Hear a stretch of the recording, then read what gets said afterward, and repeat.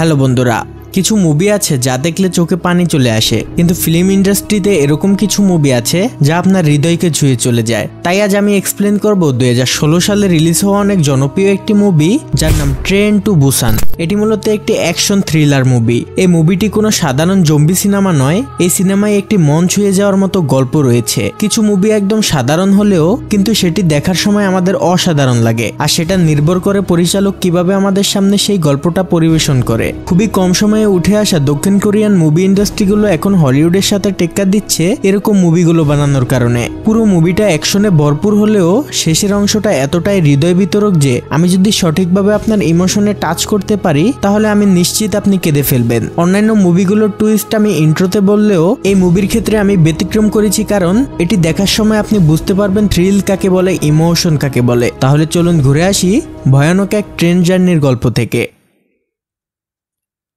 তো গল্পের শুরুতে আমরা একজন মিনি ট্রাক ড্রাইভারকে দেখতে পাই, যাকে তার ট্রাক সহ একটা স্যানিটাইজার স্প্রে দিয়ে জীবাণুমুক্ত করা হয়। আর এটা দেখে ওই গাড়ির ড্রাইভার কারণ জানতে চাইলে সেখানে থাকা কর্মীগুলো তাকে জানায় সামনে একটি বায়োটেক প্লান্ট লিকেজ হয়েছে, তাই এলাকাটি স্যানিটাইজ করা হচ্ছে।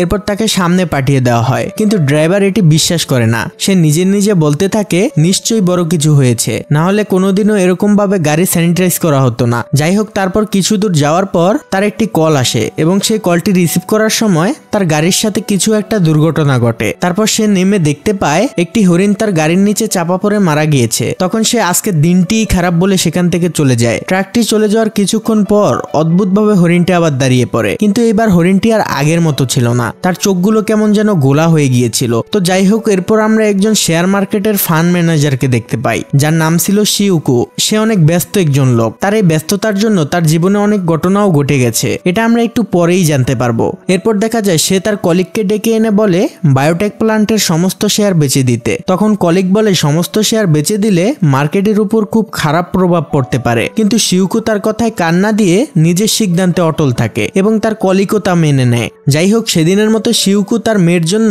একটা উপহার কিনে বাড়িতে ফিরতে থাকে, কারণ আজকে ছিল তার একমাত্র মেয়ে সুয়ানের জন্মদিন। শিউকো তার মেয়ে সুয়ানের জন্মদিনের গিফট নিয়ে হাজির হলে সুয়ান সেই গিফট দেখে খুশি না হয়ে বরং আরো বেশি মন খারাপ করে ফেলে, কারণ একই ধরনের গিফট তার বাবা তাকে আগের ক্রিসমাস দিবসেও দিয়েছিল। আগেই বলেছিলাম শিউকো অনেক ব্যস্ত একজন লোক, যার কারণে সে তার পরিবারকে খুব একটা সময় দিতে পারতো না। আর তার এই ব্যস্ততার কারণে তার স্ত্রী তাকে ছেড়ে চলে গিয়েছে, কিন্তু এখনো তাদের ডিভোর্স হয়নি। তাই সে তার মেয়েকে নিয়ে তার মায়ের সাথে একই বাড়িতে থাকতো। যাই হোক, জন্মদিন উপলক্ষে সুয়ান তার বাবার কাছে বায়না ধরে সে তার মায়ের সাথে দেখা করতে যাবে, এবং সেটা কালকেই। তখন শিউকো তাকে মানা করে দিয়ে বলে ছুটি পেলে তাকে তার মায়ের কাছে নিয়ে যাবে। এরপর সে তার রুমে চলে যায়। তখন সুয়ানের দাদি মানে শিউকুর মা তাকে বলে তোমার কাজের জন্য তুমি কতজনকে হারাবে, কাউকে খুশি করতে না পারো, কিন্তু তাই বলে কাউকে কষ্ট দিও না। সামান্য জিনিস নিয়ে সম্পর্ক নষ্ট করা ঠিক না। তোমার স্ত্রীকে ফেরত নিয়ে আসো, তোমরা দুজন একসাথে থাকলে সুয়ানও ভালো থাকবে। এগুলো বলে তার মা সেখান থেকে চলে যায়। তাই সে তার মেয়ের জন্মদিনের আবদার রাখতে পরদিন বুসান শহরে সুয়ানকে তার মায়ের কাছে নিয়ে যেতে রাজি হয়। আর যথারীতি অফিসের সব কাজ ফেলে সে তার মেয়েকে নিয়ে রওনা দেয় ট্রেন স্টেশনের দিকে। কিন্তু যাবার পথে তারা শহরে ঘটে চলা বেশ কিছু দুর্ঘটনা দেখতে পায়। যাই হোক, ট্রেন স্টেশনে পৌঁছে তারা বাবা মা দুজনেই ট্রেনে উঠে নিজেদের আসনে বসে, কিন্তু ট্রেন স্টেশন ছেড়ে যাওয়ার আগেই ট্রেনের ভিতরে বিনা টিকেটে রেল কর্মকর্তাকে ফাঁকি দিয়ে একটি মেয়ে দৌড়ে উঠে যায়, যার পায়ের মধ্যে কিছু কামড়ের নিশানা ছিল। তার পা দিয়ে প্রচুর রক্ত পড়ছিল। সে ট্রেনে ওঠার পর সোজা একটি বাথরুমে ঢুকে যায়। ট্রেন ছাড়ার সময় সুয়ান দেখতে পায় একটা লোক এসে স্টেশন মাস্টারকে জাপটে ধরে ফেলে দিয়েছে।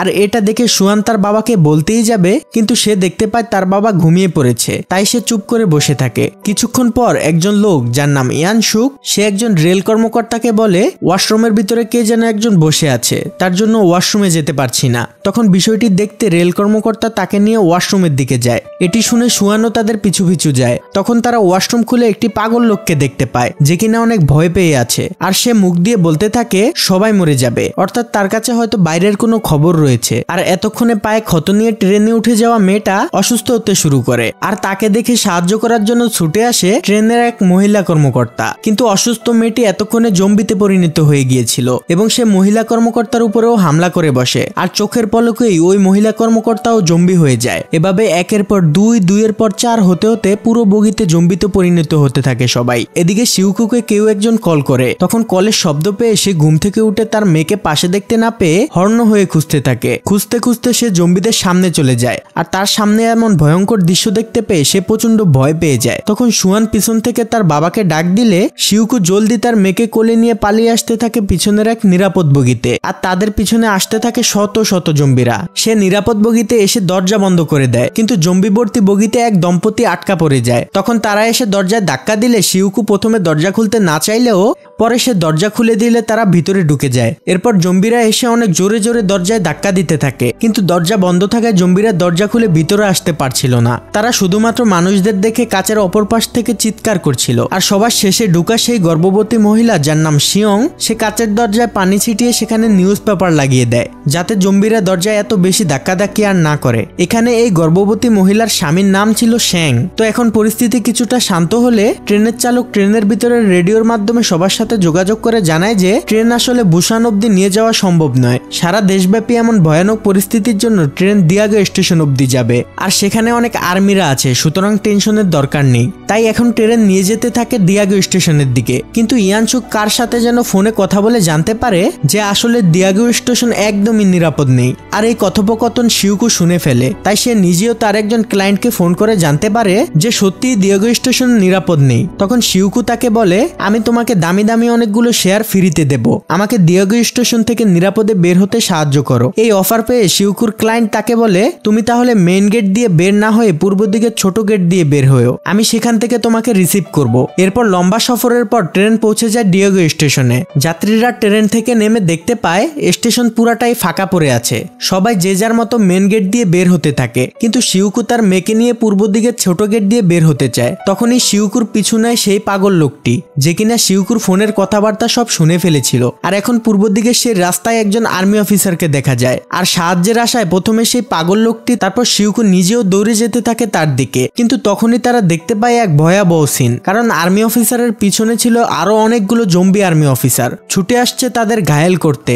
অপরদিকে মেন গেট দিয়ে বের হতে থাকা যাত্রীদের উপরেও হাজার হাজার জম্বিরা হামলা করে দেয়। প্রাণপণে ছুটে বাঁচতে থাকে তারা সবাই। অনেক লোক জম্বিদের হাতেই ধরা পড়ে যায় আর একা দাঁড়িয়ে থাকা বাচ্চা সুয়ানের উপরে এক জম্বি হামলা করে, কিন্তু তখনই সেখানে শ্যাং এসে সুয়ানকে বাঁচিয়ে নেয়। আর তখন শিউকু, শ্যাং ও স্কুলের কিছু বেসবল প্লেয়ার মিলে অনেক সাহসিকতার সাথে জম্বিদের আটকাতে থাকে, যেন বাকি যাত্রীরা ট্রেনে ওঠার জন্য একটু সময় পায়। জীবন বাঁচাতে সুস্থ যাত্রীরা হুড়োহুড়ি করে এক একজন এক এক বগিতে ঢুকতে থাকে। তখন ইয়ানসুক রেল কর্মকর্তাকে বলে, তুমি ক্যাপ্টেনকে বলো এখনই যেন ট্রেন ছেড়ে দেয়। এরপর সে ক্যাপ্টেনকে বুসানের উদ্দেশ্যে ট্রেন ছাড়তে বলে, কিন্তু শিউকু, শ্যাং ও স্কুলের বেসবল প্লেয়ারগুলো এখনো উপরে জম্বিদের সাথে লড়াই করছে। তখন তারা উপর থেকে দেখে তাদের ট্রেন ছেড়ে দিয়েছে, তাই তারা সবাই দৌড়ে দৌড়ে নিচে নামতে থাকে ট্রেনে ওঠার জন্য। কিন্তু সিঁড়ি দিয়ে নামার সময় জম্বিরা তাদের উপর হামলা করে। সেখানে থাকা স্কুলের বেসবল প্লেয়ারগুলোকে জম্বিরা ঘায়েল করে ফেলে। শুধু একটা মাত্র ছেলে বেঁচে যায় যার নাম ইয়ংগুক। তখন শিউকু আর শ্যাং ইয়ংগুককে সাথে নিয়ে ট্রেন ধরার জন্য দৌড়াতে থাকে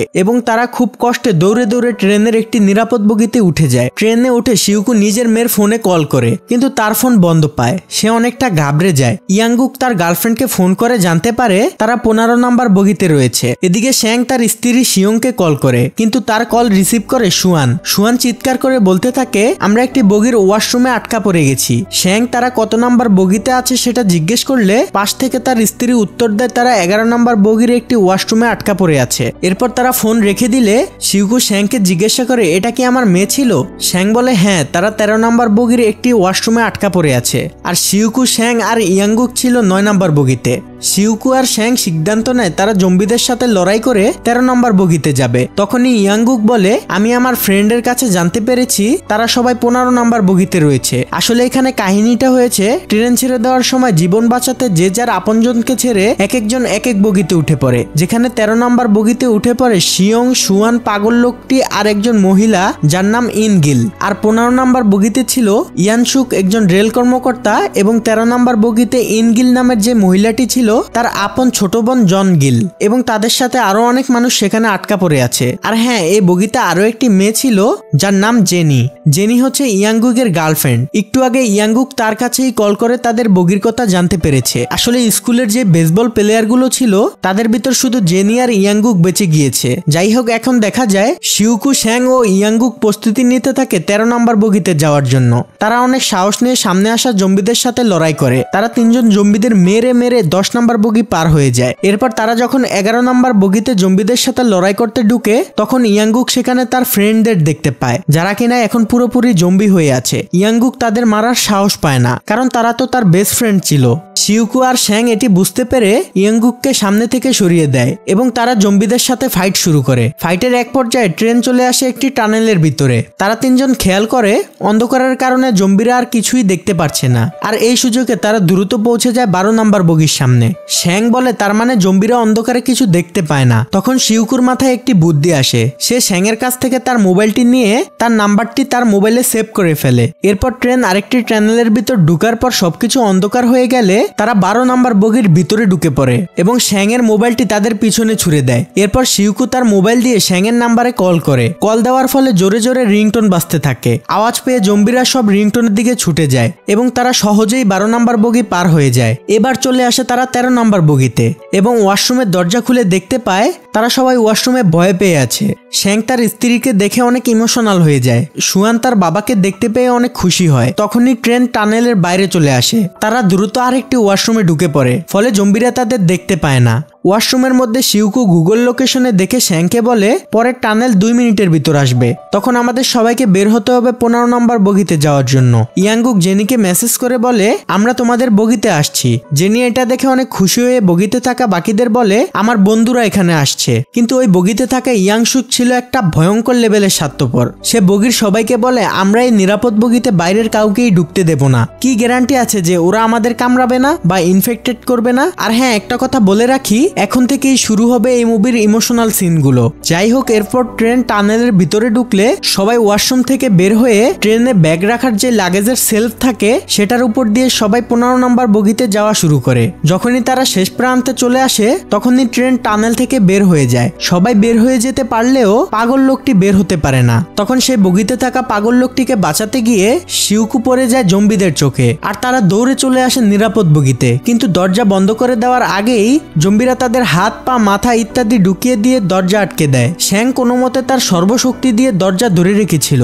আর শিউকু লড়াই করছিল জম্বিদের সাথে। এর ঠিক অপর পাশের বগিতে ছিল বাকি সুস্থ মানুষগুলো। তখন ইয়াংগুক চিৎকার করে দরজা খুলতে বললেও কেউ কোনো সাড়া দেয় না। নিরাপদ বগিতে দেখা যায় ইয়াংগুকের গার্লফ্রেন্ড জেনিকে মুখ চেপে ধরে রাখে এবং দরজা আরো শক্ত করে লাগিয়ে দেয় যেন অপর পাশ থেকে কেউ না আসতে পারে। ইয়াংগুক রাগ হয়ে তার হাতে থাকা বেসবলের ব্যাট দিয়ে দরজা ভাঙতে থাকে এবং নিজেদের জীবন বাঁচানোর শেষ চেষ্টা করতে থাকে। এদিকে এতক্ষণে দরজা ধরে রাখা শ্যাংকে একটি জম্বি কামড়ে দেয়। শ্যাং এটা দেখে বুঝতে পারে তার সময় শেষ।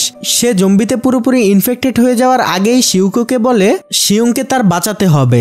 শেষ মুহূর্তে ইয়াংগুক অন্য দরজাটি ভাঙতে সক্ষম হয়। শ্যাং শিউকুকে সেখান থেকে সবাইকে নিয়ে 15 নম্বর বগিতে চলে যেতে বলে। শিউকু তাকে বাঁচাতে পারেনি দেখে তার কাছে ক্ষমা চেয়ে সবাইকে নিয়ে সেখান থেকে চলে যেতে চায়, কিন্তু শিউং কোনো মতেই যেতে চায় না। তখন শ্যাং বলে তুমি চলে যাও, আমাদের বাচ্চার জন্য তোমাকে বাঁচতেই হবে। অন্যদিকে ইয়াংগুক একটি দরজা ভাঙতে পারলেও পরের দরজাটিও তারা আটকে দিতে চায়। তখন ইয়াংগুক তার হাত ঢুকিয়ে সে দরজা খোলার চেষ্টা করে। এতক্ষণে শ্যাং এর ধরে থাকা দরজাটি ভেঙে জম্বিরা তার উপর হামলা করে, কিন্তু শ্যাং তার জীবনের শেষ শক্তি দিয়েও আটকাতে থাকে জম্বিদের, বাঁচিয়ে দেয় তার অনাগত সন্তান ও তার স্ত্রীর জীবন। এই সিনটা এতটাই ইমোশনাল ছিল যে আমার নিজের চোখেই পানি চলে এসেছে। যাই হোক, এরপর কোনো রকমে তাদের কয়েকজন নিরাপদ বগিতে পৌঁছাতে পারলেও তাদের সাথে থাকা বৃদ্ধ মহিলাটি অর্থাৎ জন গিলের বড় বোন ইন গিল ও শ্যাং জম্বিদের হাতেই মারা যায়। তাই নিরাপদ বগিতে শিউকু ইয়ানশুককে মারতে শুরু করে এবং বলে তোর জন্যই তারা দুজন মারা গিয়েছে, তুই আগে দরজা খুললে তারা তাহলে বেঁচে যেত। কিন্তু ইয়ানশুক বুদ্ধি খাটিয়ে সবাইকে বলে এরা হয়তো ইনফেক্টেড, এদের অন্য বগিতে পাঠিয়ে দাও, নয়তো এরা আমাদের সবাইকে মেরে ফেলবে। তখন সেই বগিতে থাকে সবাই এক হয়ে বগিতে ঢুকা শিউকু, তার মেয়ে সুয়ান, শ্যাং এর গর্ভবতী স্ত্রী শিয়ং, পাগল লোকটি ও ইয়াংগুককে অন্য বগিতে যেতে বলে। তখন ইয়াংগুকের গার্লফ্রেন্ড জেনি বলে আমিও তোমাদের সাথে যেতে চাই। এই স্বার্থপর স্বার্থপরগুলোর সাথে আমি আর থাকতে চাই না। এরপর তারা 6 জন মিলে চলে যায় পাশের এক নিরাপদ বগিতে। ইয়ানসুক তাদের বগির দরজা আবারও আটকে দেয়। তবে তাদের বগিতে থাকা জন গিলকে খুব আপসেট লাগছিল। সে বুঝতে পারে এই বগিতে থাকা স্বার্থপর লোকগুলোর জন্যই তার বড় বোন ইনগিলের এমন মৃত্যু হয়েছে। তাই মহিলাটি এই বগির স্বার্থপর লোকগুলোকে উচিত শিক্ষা দেওয়ার জন্য সে জম্বিবর্তী কামরার দরজা খুলে দেয়। আর মুহূর্তের মধ্যেই তাদের উপর নেমে আসে এক ভয়াবহ ধ্বংসলীলা। জম্বিদের কাছেই ঘায়েল হয় ওই বগির সবাই। পাশের বগি থেকে শিউকুরা কাচের অপর পাশ থেকে সবকিছুই দেখছিল। এটাকেই বলে রাখে আল্লাহ মারেকে। যাই হোক, তখন হঠাৎ ট্রেনটি থেমে যায়। ট্রেনের চালক রেডিওতে বলে সামনে রেল লাইন নষ্ট হয়ে গিয়েছে, এই ট্রেন দিয়ে আর যাওয়া যাবে না। আমি বাম দিকের একটা ট্রেন নিয়ে বুসানে যাব। তাই যারা আমার কথা শুনতেও বুঝতে পেরেছো তারা ওই ট্রেনে দ্রুত চলে আসো। তখনই দেখা যায় ধ্বংসলীলা চলা সেই বগিতে ইয়ানসুক আর রেল কর্মকর্তা ওয়াশরুমের ভিতরে লুকিয়ে তাদের প্রাণ বাঁচিয়ে নিয়েছে। কিন্তু ট্রেন চালকের এমন কথা শুনে এখন তাদের বের হতে হবে। ইয়ানসুক তার সাথে থাকা রেল কর্মকর্তাকে প্রথমে বের হতে বলে। রেল কর্মকর্তা দরজা খোলার সাথে সাথে সে তাকে জম্বিদের মাঝে ধাক্কা দিয়ে নিজে সেখান থেকে পালিয়ে আসে। আর এদিকে বেঁচে যাওয়া 6 জন বাম দিকের ওই ট্রেনের কাছে যাওয়ার জন্য রাস্তা খুঁজে। ইয়ংগুক আর জেনি সামনে একটি রাস্তা খুঁজে পায় এবং তাদের 4 জনকে ডাক দেয়। তারা 4 জন তাদের কাছে আসার সময় হঠাৎ একটি জ্বলন্ত ট্রেন এসে তাদের ট্রেনের সাথে অ্যাক্সিডেন্ট করে, যার কারণে তারা 4 জন ট্রেনের নিচে চলে যায়। ইয়াংগুক আর জেনি এটা দেখে মনে করে তারা মারা গিয়েছে।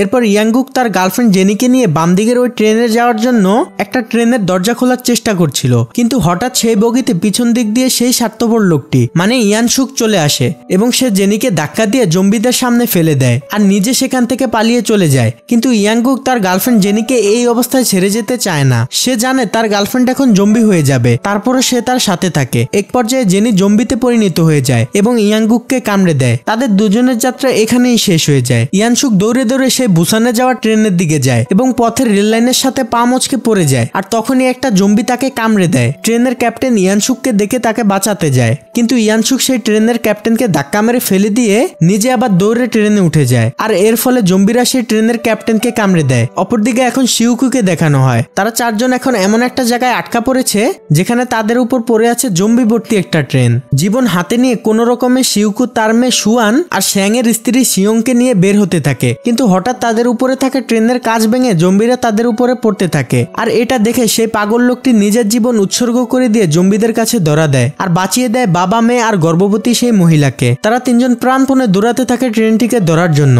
তাদের পিছনে এবার অনেক জম্বি লেগে যায়। তারা কোনো মতে সেই বুসানগামী ট্রেনটিকে ধরে ফেলে, কিন্তু জম্বিরা কোনোভাবেই তাদের পিছু ছাড়ে না। একসাথে শত শত জম্বিরা পিছু নেয় তাদের। জম্বিরা তাদের ট্রেনটিকে ধরে ঝুলতে থাকে। এতগুলো জম্বি একসাথে ঝুলে থাকা ট্রেনের স্পিডও কমতে থাকে। অনেক চেষ্টা করে শিউকু জম্বিদের হাতে লাথি দিয়ে কোনো মতে ট্রেনটিকে মুক্ত করে ফেলে। এবার শিউকু ট্রেন চালকের রুমে গিয়ে দেখতে পায় ইয়ানসুক এতক্ষণে জম্বিতে ইনফেক্টেড হয়ে গিয়েছে। ইয়ানসুক শিউকুকে বলে আমাকে বাঁচিয়ে নাও, আমার মা আমার জন্য অপেক্ষা করছে। শিউকু বলে তুমি ইনফেক্টেড হয়ে গেছো, তোমাকে আর বাঁচানো সম্ভব না। এরপর ইয়ানসুক পুরোপুরি জম্বি হয়ে যায়। এবার তার সাথে শিউকুর এক ভয়াবহ ফাইট হয়। সে একবার শিউকুকে হামলা করে, একবার শিয়ংকে হামলা করে। শিউকু তার মেয়ে আর শিয়ংকে বাঁচাতে গিয়ে ইয়ানসুকের মুখ চেপে ধরে। এই সুযোগে ইয়ানসুক তার হাতে একটি কামড় বসিয়ে দেয়। তবে শেষমেশ শিউকু তাকে ট্রেন থেকে ফেলে দিতে সক্ষম হয়। কিন্তু হাতের কামড় দেখে শিউকু বুঝতে পারে তার মেয়েকে ছেড়ে যাওয়ার সময় হয়েছে তার। তাই সে তার জ্ঞান থাকতে তার মেয়ে আর শ্যাংয়ের গর্ভবতী স্ত্রী শিয়ংকে ট্রেন চালকের রুমের ভিতরে ঢুকিয়ে দেয়। ছোট্ট সুয়ান তার বাবাকে কোনোভাবেই ছাড়তে চায় না। চোখের পানিতে ভাসিয়ে হলেও তাকে কাছে রাখতে চায়, কিন্তু শিউকুর তো আর কোনো সময় নেই। তাই সে শ্যাংয়ের স্ত্রী শিয়ংকে ট্রেন ড্রাইভিং এর সব বুঝিয়ে দেয় এবং সে তার মেয়ে সুয়ান এবং শিয়ংকে ছেড়ে ট্রেনের বাইরে চলে আসে। সুয়ান তার বাবার জন্য অনেক কান্না করতে থাকে,